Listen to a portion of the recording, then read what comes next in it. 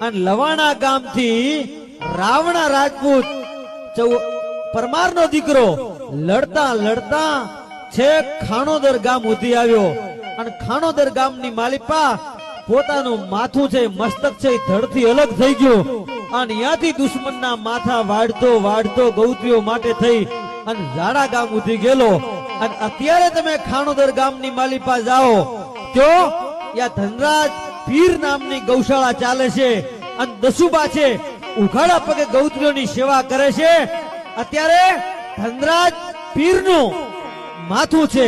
ખાણોદર ગામમાં પડ્યું અને એનું મસ્તક છે ઈ ઝાડા ગામની માલિપા પડ્યું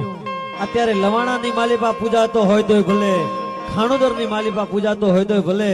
અને ઝાડા ગામની માલિપા પૂજાતો હોય તોય ભલે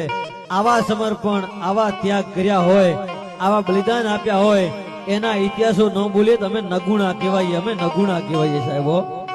એટલે